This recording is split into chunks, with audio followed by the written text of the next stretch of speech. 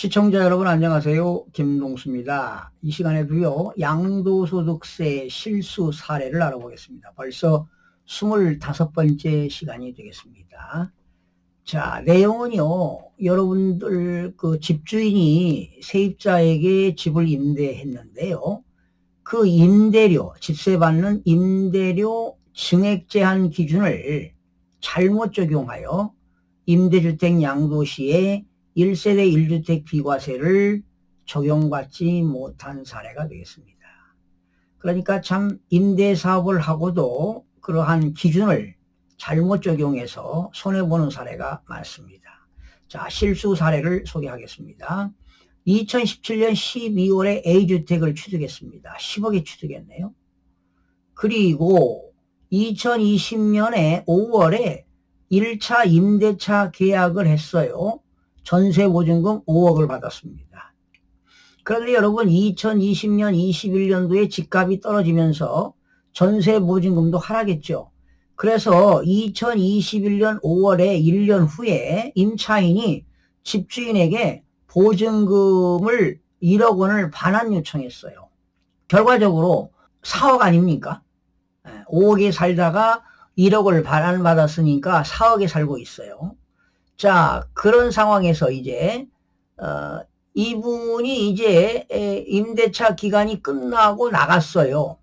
그래서 다시 새로운 세입자하고 2년 후에 2022년 5월에 2차 임대차 계약을 체결했습니다. 그런데 보증금을 올렸습니다. 5억 원으로. 그러면 원래 4억 아닙니까? 4억에서 5%만 올리면 얼마입니까?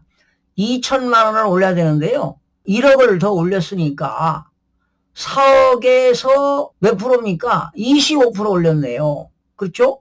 4억에 25%면 1억 아닙니까? 5%를 올려야 되는데 25%를 올렸습니다.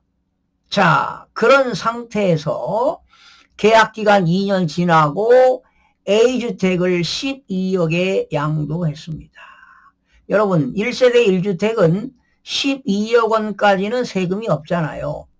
그런데 이분은 임대보증금을 5% 이상, 5% 이내 올린 게 아니라 25%를 올렸습니다. 이럴 때는 비과세를 적용받지 못합니다. 보실까요? 내용? 김성실 씨는 2020년 5월에 5억 원으로 주택을 임대하던 중 전세 시세 하락에 따른 시세가 떨어지니까 당연히 전세금도 떨어지겠죠. 임차인 요구로 계약기간 중에 2년 임대차 계약기간 중에 지금 1억 원을 반환했습니다. 그리고 2022년 5월에 새로운 임차인과 임대보증금 5억 원으로 하여 2차 임대계약을 체결했다. 자, 5억에서 4억으로 내렸으면 4억에 대한 5%만 올려야 되는데 무려 25%를 올렸습니다. 그렇다면 과세관청은 비과세를 해주지 않습니다. 자, 2차 임대차 계약 기간이 2년이 만료된 후에 김성실 씨는 A주택을 양도하고 당연히 비과세로 신고했지요. 그러나 임대보증금 5% 초과 증액하여 무려 25% 올렸어요. 비과세를 적용받지 못한 사례입니다. 원래 비과세를 적용받으면 양도가액 12억 원까지는 세금이 없지요. 그런데 비과세를 미적용하다 보니까 무려 4,600만 원의 세금을 내게 됐습니다. 여러분, 상생임대차 계약은요, 직전임대차 계약 대비 임대료 등의 증가율이 5%를 초과하지 않아야 하는 거 아니겠습니까? 그런데 직전 임대차 계약 기간 중에 임대료 등의 변경이 있었을 경우에는 변경된 후에 임대료 등을 기준으로 임대료 등의 증가율로 판정합니다. 그러니까 5억에서 4억으로 내렸으면 다시 새로운 임차인과 계약했으면 4억을 기준으로 해서 집세를 올려야 됩니다. 그러면 4억에 5%면 얼마입니까? 2천만 원만 올려야 되는데 무려 1억 원을 올렸어요. 8천만 원을 더 올렸습니다. 결과적으로 25%를 올린 거나 마찬가지입니다.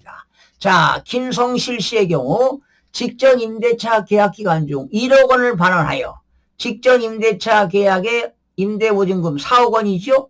상생 임대차 계약의 임대보증금 5억 원으로 임대료 등의 증가율이 5%를 초과했습니다. 바로 상생 임대주택 특례를 당연히 적용받을 수가 없습니다. 왜? 25%를 올렸기 때문입니다. 시세 하락으로요, 임대차 계약 기간 중에 임차인의 요청으로 임대보증금 일부를 반환한 경우에는 반환 후에 임대보증금이 즉 4억이 되겠죠. 상생 임대주택 특례를 적용할 때 임대료 등의 증액 제한 기준이 됨에 유의하여야 합니다. 자, 사례를 하나 살펴보겠습니다. 직전 임대차 계약 보증금 일부를 반환하는 경우 상생 임대차 계약의 직전 임대 보증금 기준 금액입니다.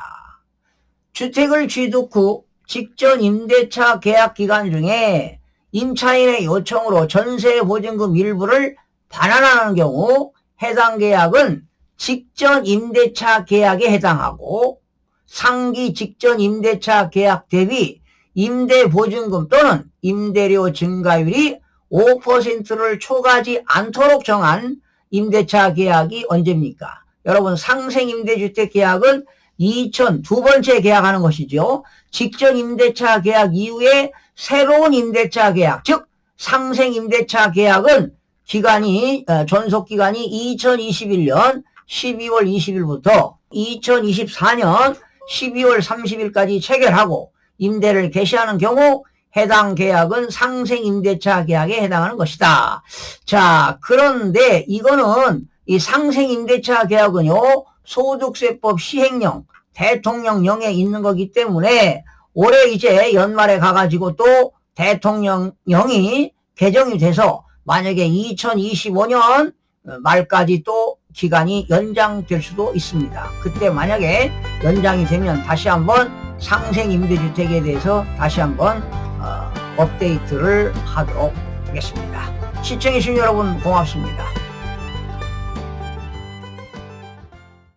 구독과 좋아요, 알림 설정을 누르시면 더 많은 정보를 얻을 수 있습니다.